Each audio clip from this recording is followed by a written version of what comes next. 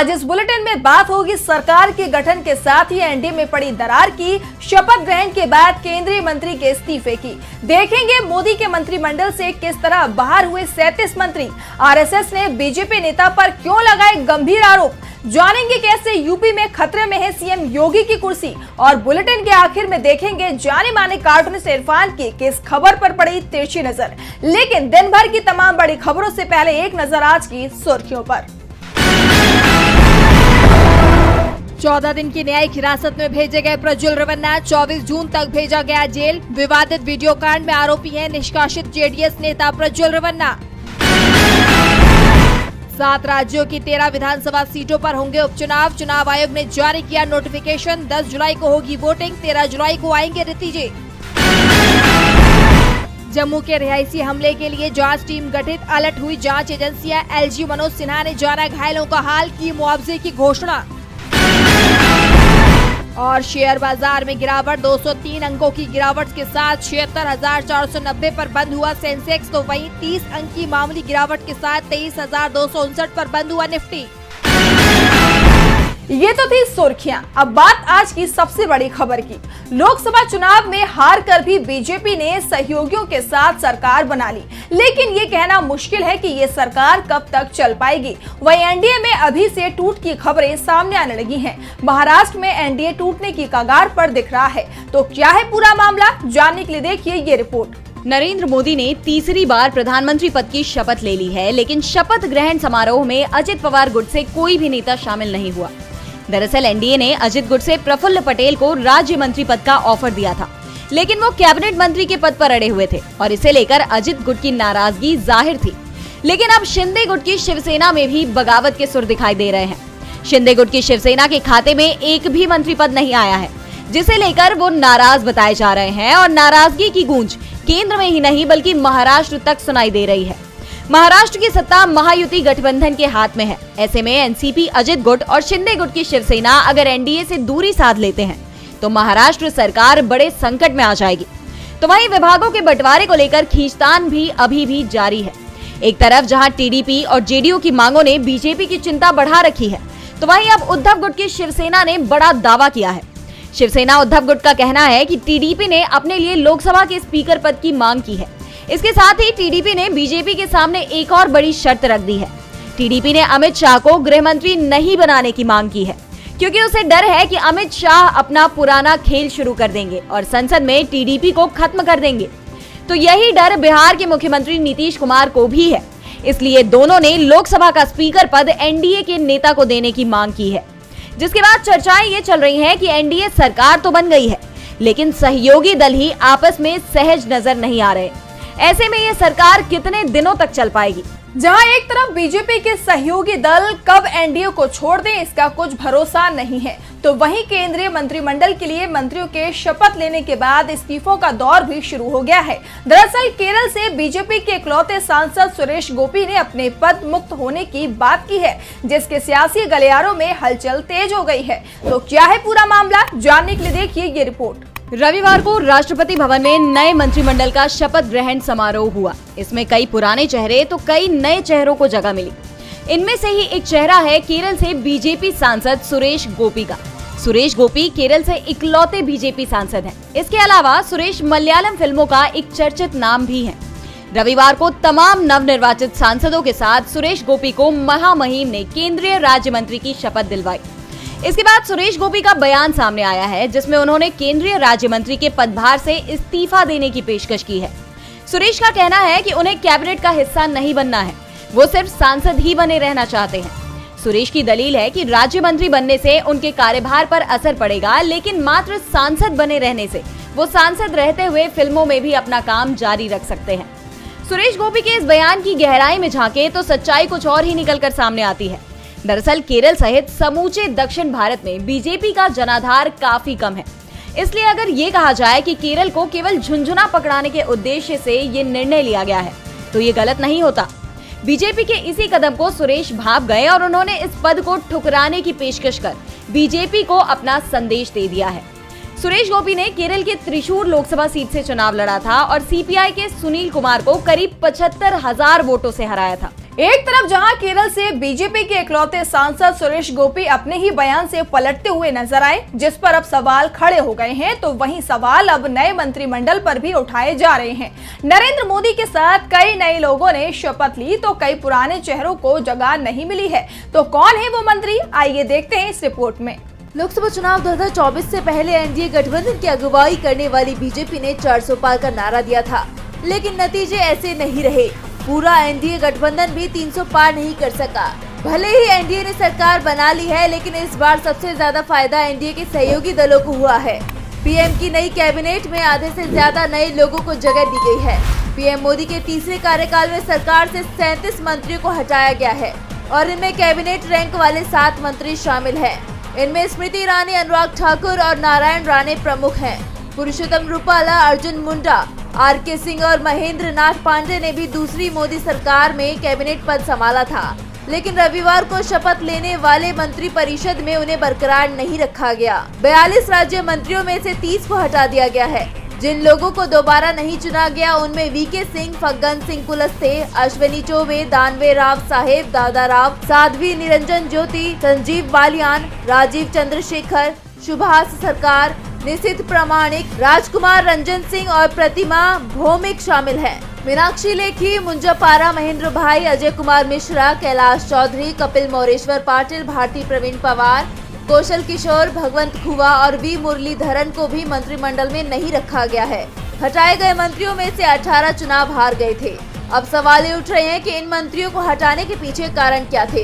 क्या बीजेपी के अंदर ही घमासान छिड़ गया है? इन नेताओं के संसदीय क्षेत्र में इनके खिलाफ माहौल बनना शुरू हो गया है, जिसका असर इन चुनाव परिणामों में भी देखने को मिला है। मोदी मंत्रिमंडल में नए चेहरों को लेकर सवाल खड़े हो रहे हैं, तो सवाल बीजेपी पर भी खड़े हो रहे हैं। आरएसएस ने बीजेपी आईटी सेल के प्रमुख अमित मालवीय पर गंभीर आरोप लगाए हैं, जिसके बाद से बीजेपी मुश्किल में दिखाई दे रही है। तो क्या है मामला, आइए देखते हैं इस रिपोर्ट में। नई सरकार के गठन के साथ ही एक बार फिर राजनीतिक हलचल तेज हो गई है। संघ नेता शांतनु सिन्हा ने बीजेपी नेता अमित मालवीय पर चौंकाने वाले आरोप लगाए हैं। शांतनु सिन्हा ने बीजेपी आईटी सेल के मुखिया अमित मालवीय पर शोषण के आरोप लगाए हैं, जिससे सियासी पारा चढ़ गया है। कांग्रेस ने इस मुद्दे पर प्रेस कॉन्फ्रेंस की, जिसमें सुप्रिया श्रीनेत ने कहा कि एनडीए गठबंधन की सरकार और नरेंद्र मोदी को प्रधानमंत्री बने अभी 24 घंटे भी नहीं हुए कि बीजेपी के लोगों के काले कारनामों ने एक बार फिर सिर शर्म से झुका दिया है। शांतनु सिन्हा का कहना है कि अमित मालवीय बंगाल के 5 स्टार होटलों में और बीजेपी दफ्तर में महिलाओं का शोषण करता है। बीजेपी नेताओं में महिलाओं की आपूर्ति करने की होड़ लगी हुई है। सुप्रिया श्रीनेत ने इस पर कहा कि सवाल ये है कि बीजेपी की आईटी सेल है या अत्याचारियों का जमावड़ा। महिलाओं के खिलाफ होने वाले अपराध में हर बार आरोपी बीजेपी का नेता ही क्यों होता है? बीजेपी के पदाधिकारी पर गंभीर आरोप लगे हैं, लेकिन पूरी बीजेपी चुप है। ऐसे आरोपों पर खामोशी का सच क्या है? आखिर इस पदाधिकारी को क्यों और किसके कहने पर बचाया जा रहा है? नरेंद्र मोदी किस मुंह से महिला संरक्षण की बात करते हैं, जब वो हमेशा संरक्षण आरोपी को देते हैं? इसके साथ ही कांग्रेस ने मांग की है कि आरएसएस के एक वरिष्ठ पदाधिकारी के बयान पर बीजेपी कार्रवाई करे। इस गंभीर मामले में निष्पक्ष जांच हो ताकि सच सामने आए। जब तक जांच पूरी ना हो, सत्तारूढ़ दल से जुड़े पद पर ये व्यक्ति ना बैठे जिस पर शोषण के आरोप हो। कांग्रेस ने बीजेपी से जवाब मांगा है कि इस गंभीर मामले पर महिला एवं बाल विकास मंत्रालय और राष्ट्रीय महिला आयोग क्या करेगा। एक तरफ बीजेपी नेता पर आरएसएस ने महिला के साथ शोषण के गंभीर आरोप लगाए हैं, जिससे बीजेपी मुश्किल में आ गई है, तो वहीं मुश्किल में यूपी के सीएम योगी भी नजर आ रहे हैं और अपनी कुर्सी बचाने के लिए तमाम नेताओं से मुलाकात कर रहे हैं। तो कैसे खतरे में है सीएम योगी की कुर्सी, आइए देखते हैं इस रिपोर्ट में। रविवार को नरेंद्र मोदी ने तीसरी बार पीएम पद की शपथ ली। इसी के साथ 72 मंत्रियों ने भी शपथ ली, जिसमें अमित शाह, राजनाथ सिंह का नाम भी शामिल है। और सोमवार शाम को मोदी कैबिनेट की पहली बैठक प्रधानमंत्री के लोक कल्याण मार्ग स्थित आवास पर होने की संभावना है। इस बीच यूपी के सीएम योगी आदित्यनाथ ने केंद्रीय मंत्री अमित शाह से मुलाकात कर उन्हें बधाई दी, लेकिन ये सिर्फ बधाई के लिए दिए गए फूल नहीं, बल्कि खुद की कुर्सी को बचाने के लिए एक दरखास्त है कि उन्हें एक और मौका दिया जाए और उनकी कुर्सी ना छीनी जाए, क्योंकि यूपी में इस बार बीजेपी कम सीट जीत पाई है और इसी का नतीजा है कि सबसे ज्यादा लोकसभा सीट होने के बावजूद भी यूपी से केवल 9 मंत्रियों ने ही शपथ ली, जबकि बिहार में 40 सीट होने के बाद भी यहां से 8 मंत्रियों ने शपथ ली, जो साफ साफ दिखा रहा है कि पीएम मोदी सीएम योगी से नाराज है। क्योंकि 4 जून को पीएम मोदी बीजेपी के राष्ट्रीय कार्यकाल में कार्यकर्ताओं को संबोधित कर रहे थे, तब भी पीएम मोदी ने हिमाचल, मध्य प्रदेश, दिल्ली, गुजरात जैसे राज्यों में बीजेपी के क्लीन स्वीप को लेकर मतदाताओं का आभार जताया, लेकिन अपने भाषण में उन्होंने उत्तर प्रदेश का नाम तक नहीं लिया। इसीलिए अपनी कुर्सी को बचाने के लिए योगी मंत्रियों से मिलकर अपनी सिफारिश करवा रहे हैं। बता दें कि योगी से नाराज सिर्फ हाईकमान ही नहीं बल्कि उनके साथी भी नाराज हैं, जिसकी बानगी तब देखने को मिली जब यूपी में सीएम योगी ने सभी विधायकों और नेताओं के साथ मीटिंग तो की, तब यूपी के दोनों सीएम नदारद रहे। तो वहीं एटा से हारने के बाद बीजेपी नेता राजवीर सिंह ने अपनी ही पार्टी पर बड़ा आरोप लगाते हुए कहा कि वास्तव में ये चुनाव वे हारे नहीं हैं। उनको बीजेपी नेताओं ने भीतर घात कर चुनाव हरवाया है, जो ये बता रहा है कि योगी से पीएम मोदी ही नहीं बल्कि विधायक भी नाराज हैं। एक तरफ जहां चुनाव नतीजों में सीएम योगी को लेकर नाराजगी देखने को मिली, तो वहीं अब नीट परीक्षा में हुई धांधली को लेकर जनता में भारी आक्रोश नजर आ रहा है, जिसके चलते छात्र अब सुप्रीम कोर्ट पहुंच गए हैं। तो क्या है पूरा मामला, देखिए ये रिपोर्ट। देश भर में नीट रिजल्ट का मामला तूल पकड़ चुका है, जिसे लेकर छात्रों का गुस्सा 7वें आसमान पर है। नतीजों में धांधली का आरोप लगाते हुए छात्रों ने सुप्रीम कोर्ट का दरवाजा खटखटाया है। छात्रों की मांग है कि नीट की परीक्षा दोबारा करवाई जाए। इन याचिकाकर्ताओं में ज्यादातर छात्र हैं जिन्होंने इस साल नीट की परीक्षा दी थी। याचिकाओं में परीक्षा को रद्द करवाकर दोबारा करवाने के साथ ही ग्रेस नंबरों को भी चुनौती दी गई है। पूरे देश से छात्रों समेत कोचिंग संस्थान और छात्र संगठनों ने सुप्रीम कोर्ट का दरवाजा खटखटाया है।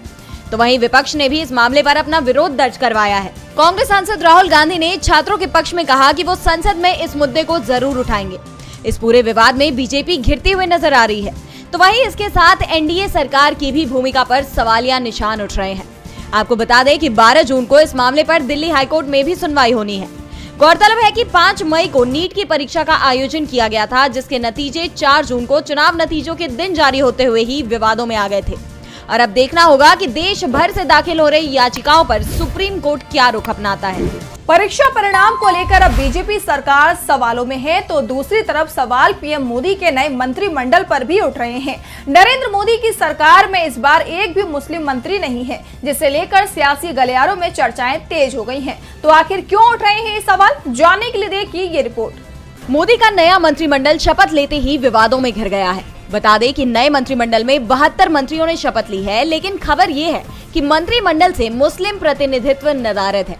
जी हाँ, ये पहली बार है जब किसी कैबिनेट में एक भी मुसलमान बिरादरी का मंत्री शामिल नहीं है।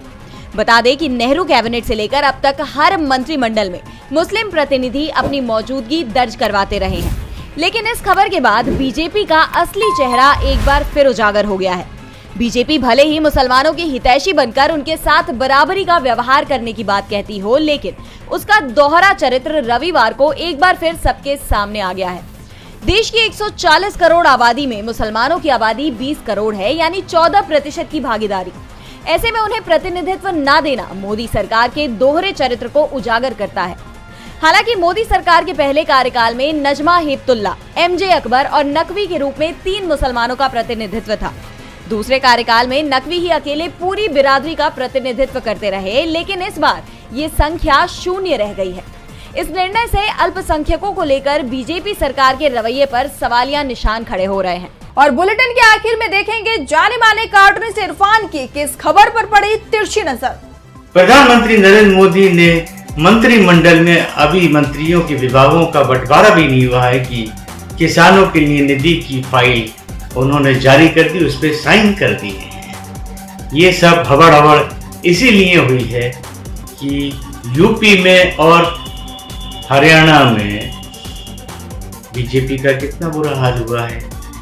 और इस हिसाब से तो प्रधानमंत्री जी आपको अगली गाड़ी से मणिपुर निकल जाना चाहिए, क्योंकि मणिपुर में 2 सीटें हैं सिर्फ, और वो 2 की 2 कांग्रेस को चली गई है।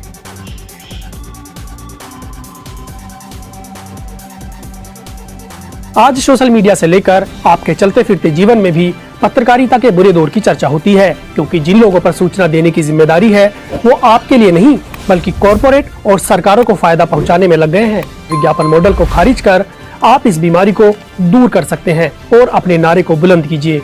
मेरे खर्च पर आजाद है खबरें।